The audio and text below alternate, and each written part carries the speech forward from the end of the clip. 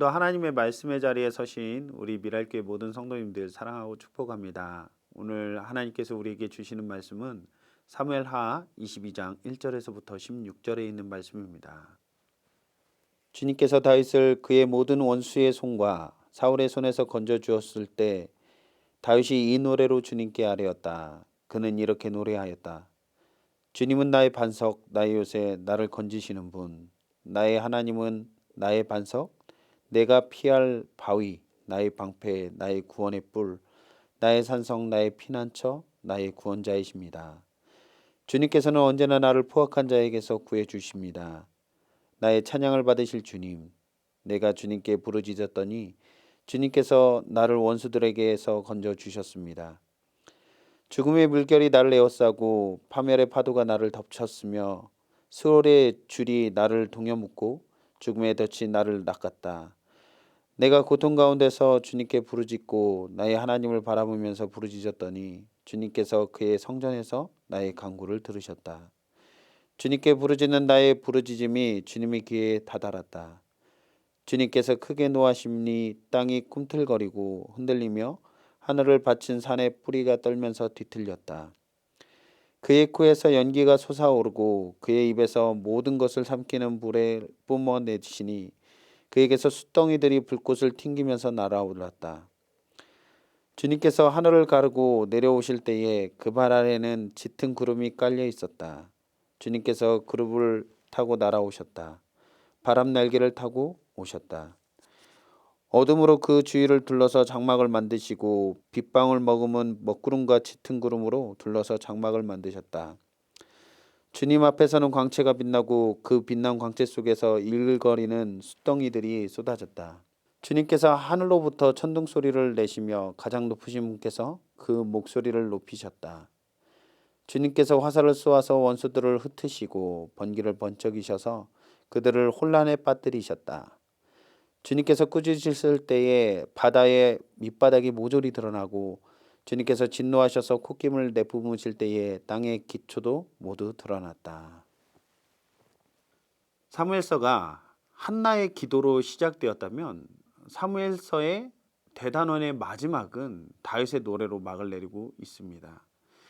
사무엘서를 이루고 있는 한나와 사무엘, 사울과 다윗은 이 스토리 가운데 우리가 볼 수 있는 내용이란 주인공의 삶의 대단한 업적을 우리가 보는 것이 아니라 언약의 주인 되시며 그 약속에 신실하신 하나님, 그 언약을 성취해 나가시는 하나님의 과정을 우리는 볼 수가 있는 것입니다. 우리의 삶 가운데 수많은 위기와 고난이 있은 후에 구원과 회복이 우리에게 큰 의미로 다가오듯이 다윗의 삶을 돌아보았을 때 정말로 수많은 풍파와 고난 가운데서 하나님의 신실하신 약속으로 인해서 결국 승리와 회복을 경험하게 되었고 오늘의 이 고백을 하게 된 것입니다.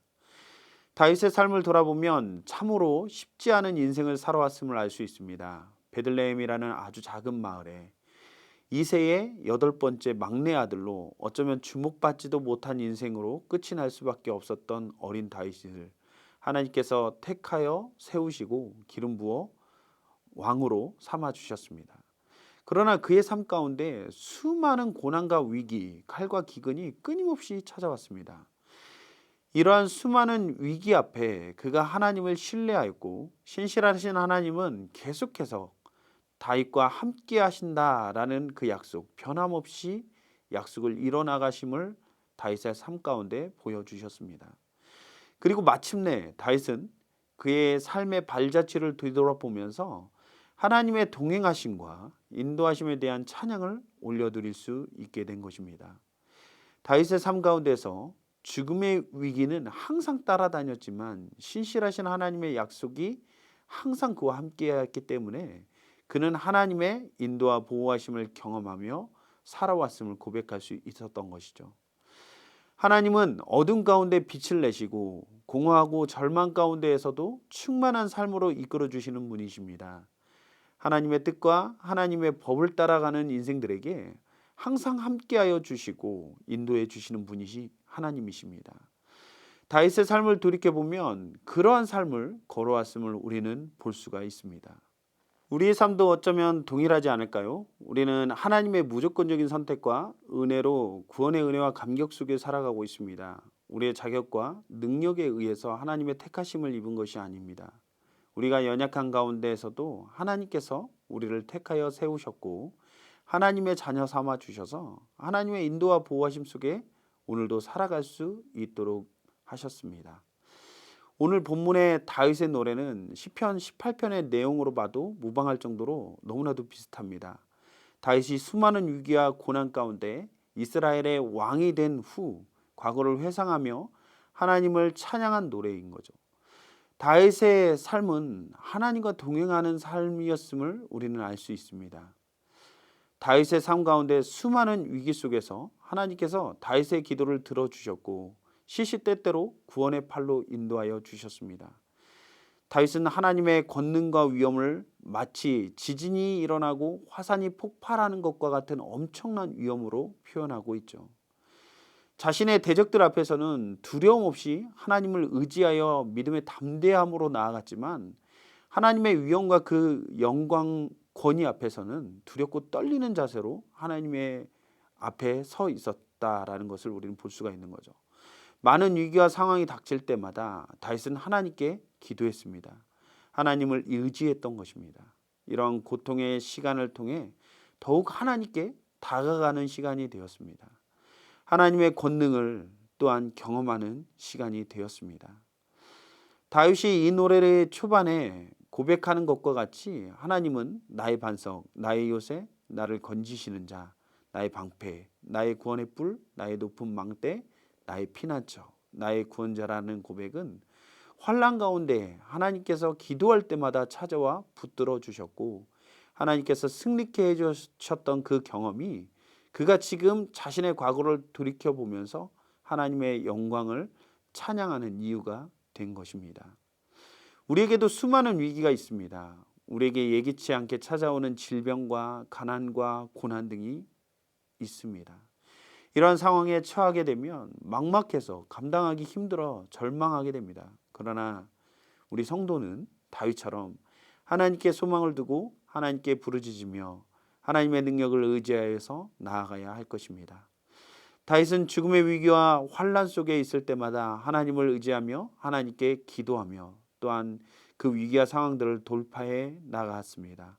하나님을 피난처로 노래할 수 있었던 것도 하나님께서 자신의 기도를 들어주시며 모든 대적들의 손에서 인도하시고 보호하시며 구원해 주실 것에 대한 확신이 있었기 때문입니다. 우리의 삶 가운데서도 하나님을 신뢰하며 하나님께 모든 문제와 상황을 맡기며 믿음으로 나아가는 모든 성도님들의 삶이 되기를 간절히 소망합니다. 그럴 때 지나가는 그 순간순간은 힘들겠지만 지나고 나서 다시 모든 것을 돌아보았을 때 이 모든 것들이 은혜였음을 고백하는 순간이 분명히 올 것입니다.